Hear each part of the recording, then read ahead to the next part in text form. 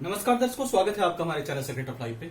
आज की वीडियो धनु राशि के लिए राहु केतु का राशि परिवर्तन कैसा रहेगा। देखिए, जो धनु राशि वाले हैं, मैं बता दूं उनको, ये वीडियो लास्ट तक देखिएगा। कोशिश करूंगा आपको कि राहु केतु का ये जो परिवर्तन है इसको मैं बहुत डीपली क्लियर करूं, और ये परिवर्तन आपको बहुत हद तक इफेक्ट करने वाला है। अभी भी इफेक्ट किया था आपको पिछले 1.5 साल काफी हद तक इस गोचर ने, और इस गोचर काल में कई सारी परेशानियों का आपका सामना भी करना पड़ा। आपको वैवाहिक जीवन में स्पेशली दिक्कतों का सामना करना पड़ा। उसके साथ साथ मेंटली आप थोड़ा डिस्टर्ब रहे, एजिटेशंस वगैरह ज्यादा रही आपको। राहु की दृष्टि लग्न पर होने से और केतु लग्न पर होने से आपको कई बार डिटैचमेंट भी हुआ लाइफ में, और विरक्ति भी हुई, अपने लोगों से थोड़ा अच्छा भी नहीं लगा आपको। ये सारी चीजें आपके साथ हुई, और कुछ धोखे भी आपने खाए। पिछले 5 साल में काफी सारे चोट आपको लगे हैं, शनि के प्रभाव के भी कारण ऐसा हुआ है। तो ये जो गोचर है आपका, इसका क्या इफेक्ट आपके लिए रहेगा, इस पर हम विस्तार से चर्चा करते हैं, और बहुत कम समय में चर्चा करेंगे। वीडियो आप अंत तक देखिएगा। देखिए, राहु जो है वो 7th हाउस में आपका गोचर कर रहा था, और केतु लग्न पर गोचर कर रहे थे। ये निश्चित रूप से केतु आपको अध्यात्म की ओर भी ले गए। पिछले 1.5 सालों में अध्यात्म की ओर भी आप गए हैं। डिटैचमेंट से भी आपका सामना हुआ है लाइफ में, और अच्छे रिजल्ट्स भी राहु केतु ने दिए। ऐसी बात नहीं है, राहु बिजनेस ग्रोथ देता है, लेकिन 5 साल साढ़े साथी का भी रहा, जिसके कारण बहुत अच्छे रिजल्ट्स नहीं मिल पाए। क्योंकि शनि साढ़े साथी में बाकी अच्छे ग्रहों के रिजल्ट्स का प्रभाव बहुत कम हो जाता है। आदमी अपनों से धोखा खाता है, बहुत सारे एक्सपीरियंसेस से गुजरता है, बिजनेस व्यापार में उसको लॉस होता है, मैरिज लाइफ खराब होता है। ये सारी चीजें पिछले 5 साल में हुई है। अपने उसका साथ छोड़ते हैं, और वो बड़ा गजब की स्थिति में जाता है, जहां वो अपने आप को अकेला पाता है, और फिर ये समझ पाता है कि इस दुनिया में खुद के सिवा खुद का कोई नहीं है। तो ये सारी स्थितियां आपको पिछले 5 साल में फेस करनी पड़ी। खैर, ये सब शनि साढ़े साथी की बात है, और उसमें हम लंबा नहीं जाएंगे। लेकिन राहु केतु का जो परिणाम रहा है उस पर हम विस्तार से चर्चा करते हैं। अब देखिए, राहु केतु का जो गोचर है, राहु आपके 6th हाउस में गोचर करेगा, केतु 12th हाउस में गोचर करेगा। 6th हाउस में बैठा राहु तीसरे घर में, छठे घर में, 8वें घर में और 11वें घर में हमने राहु का परिणाम बहुत अच्छा पाया है। कुछ लोग तीसरे, छठे और 11वें में ही बोलते हैं, 8वें में नहीं बोलते, लेकिन 8वें घर में भी बैठा राहु अच्छे रिजल्ट्स करता है।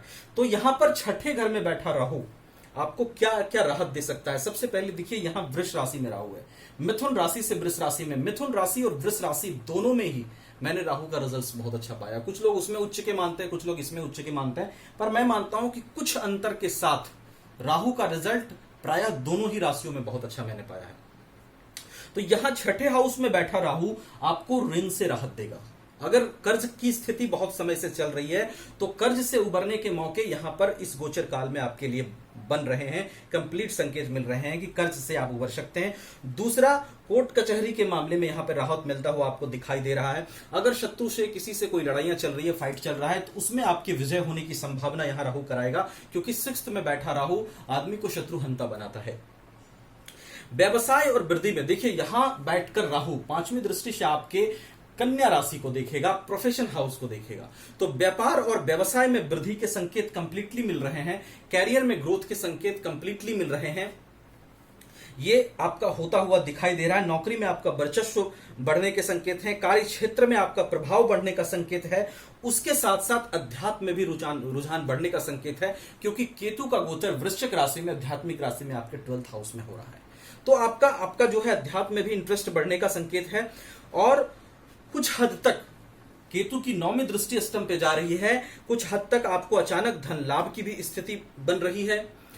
भूमि वाहन में भी वृद्धि, क्योंकि केतु की 5वीं दृष्टि जाकर के मीन राशि पर पड़ेगी यहां पर, जिसमें केतु बहुत अच्छा माना जाता है मीन राशि में। तो मीन राशि पर पड़ रही 5वीं दृष्टि आपको भूमि वाहन का अगर कहीं प्रॉब्लम है, भूमि वाहन में सेटलमेंट करा सकता है। भूमि वाहन लेना चाहते हैं तो वो आपको दे सकता है। इन सब स्थितियों में केतु अच्छे रिजल्ट कर सकता है। राहु 7वीं दृष्टि से, 5वीं दृष्टि से देखेगा 10th हाउस को, उसका रिजल्ट मैंने बताया। उसके बाद 7वीं दृष्टि से 12th हाउस, और 9वीं दृष्टि से धन भाव को, शनि की राशि को, मकर राशि को देखेगा।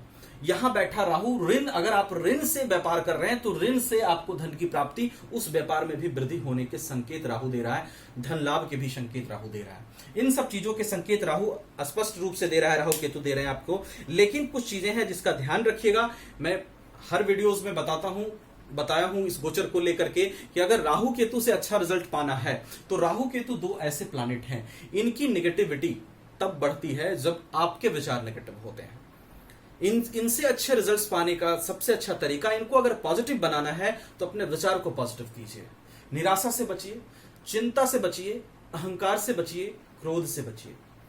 वैसे धनु राशि वाले मैं जानता हूं ये ज्यादा ना अहंकारी होते हैं ना क्रोधी होते हैं, क्रोध आता भी है तो बड़ी जल्दी जाता है इनका, और विचार से अच्छे होते हैं, स्वभाव के अच्छे होते हैं, लोगों के लिए हेल्पफुल भी होते हैं, हेल्प भी करते हैं, और तमाम विपरीत परिस्थितियों को झेलकर भी शांत रहते हैं, तमाम विपरीत परिस्थितियों को झेलकर भी सही रास्ते पे चलने की शक्ति बनी रहती है। ये अगर बाहर से बोले भी कि मैं ना दुनिया में बहुत सारे लोग गलत करके आगे बढ़ रहे हैं, अगर ये बाहर से बोले भी तो भी अंदर से ये गलत होने का दिल इनका नहीं करता, अंदर से कहीं ना कहीं ये सच्चाई में ही, अच्छाई में ही विश्वास करते हैं धनु राशि वाले आप लोग। तो वो चीजें आप में है, लेकिन उसको और थोड़ा सा डेवलप करिए, अहंकार क्रोध को खत्म करके। अगर आप अपने विवेक से, अपने ज्ञान से, अपनी सद्बुद्धि से काम लें तो राहु केतु के रिजल्ट्स आपके लिए बहुत अच्छे होंगे, क्योंकि इनकी निगेटिविटी आपके विचार के अच्छे होने के बाद ही घटने लगती है। जैसे ही क्रोध खत्म हुआ, अहंकार कमा, आप लोगों से खुल के झुक के बात करने लगे, तो राहु केतु का रिजल्ट आपके लिए पॉजिटिव होने लगेगा। जितने अच्छे विचार, इनके पॉजिटिव इफेक्ट भी उतने अच्छे होते हैं। तो ये कोशिश करिएगा इन चीजों पे थोड़ा सा ध्यान देने की। उसके साथ साथ शिव आराधना थोड़ा सा करिएगा, ताकि विवेक आपका और अच्छा रहे और इन दोनों ग्रहों की निगेटिव इफेक्ट का प्रभाव ना पड़े। देखिए, और एक चीज जो मैं आपको बताने जा रहा हूं, उससे पहले अगर चैनल सब्सक्राइब नहीं किए हैं तो वो भी कर लीजिएगा, क्योंकि बहुत सारे डीप नॉलेजेस मैं देता रहता हूं वीडियोस के जरिए, और कोशिश करता हूं कि हर वीडियो में कुछ अच्छा, कुछ नया आपको दे सकूं। इसलिए चैनल सब्सक्राइब करके बेल नोटिफिकेशन को भी ऑल में क्लिक कर लीजिएगा। अब देखिए, यहां पर जो शिव आराधना के साथ साथ जो चीजें जरूरी है, जिसका ध्यान आप जरूर रखिएगा, इस गोचर काल में थोड़ा सा अनावश्यक खर्च की स्थिति भी थोड़ी सी बन रही है। अनावश्यक खर्च से थोड़ा सा बचिएगा, अनावश्यक खर्च मत करिएगा, अपने आप को उतना ही तक खर्च करिएगा जितनी आपकी कैपेसिटी है, और अकॉर्डिंगली आप अपने लाइफ में आगे बढ़ने का प्रयास करिएगा। देखिए, इसका जो प्रभाव है इन दोनों ग्रहों का, आप इनके गोचर का प्रभाव, राहु केतु की स्थिति आपकी कुंडली में कैसी है उस बात पर भी निर्भर करेगा, और उसके साथ साथ किसकी महादशा चल रही, किसकी अंतरदशा चल रही, बाकी ग्रहों की क्या पोजीशन है, लग्न कुंडली, नवमांश कुंडली, चालित कुंडली की क्या पोजीशन है, ग्रहों का सेटबल कैसा है, इन सभी बातों पर भी आपका प्रेडिक्शन निर्भर करता है। तो अगर आप डिटेल एनालिसिस चाहते हैं, आप कंप्लीट इंफॉर्मेशन चाहते हैं, या किसी परेशानी से गुजर रहे हैं, तो एक बार कुंडली एनालिसिस भी जरूर करा लीजिएगा। अगर आप हमसे कराना चाहते हैं तो हम वीडियो डिस्क्रिप्शन में आपको हमारा नंबर मिल जाएगा, ईमेल मिल जाएगा, आप वहां कंसल्ट कर सकते हैं। अदरवाइज आपको जहां अच्छा लगे आप करा सकते हैं, मेरे लिए कोई इश्यू नहीं है। लेकिन इन बातों का आप ध्यान रखिएगा। आशा करता हूं कि आप इन बातों का ध्यान रख के और अच्छे रिजल्ट ले पाएंगे। Thank you so much. अच्छी लगी हो वीडियो तो लाइक कर दीजिएगा।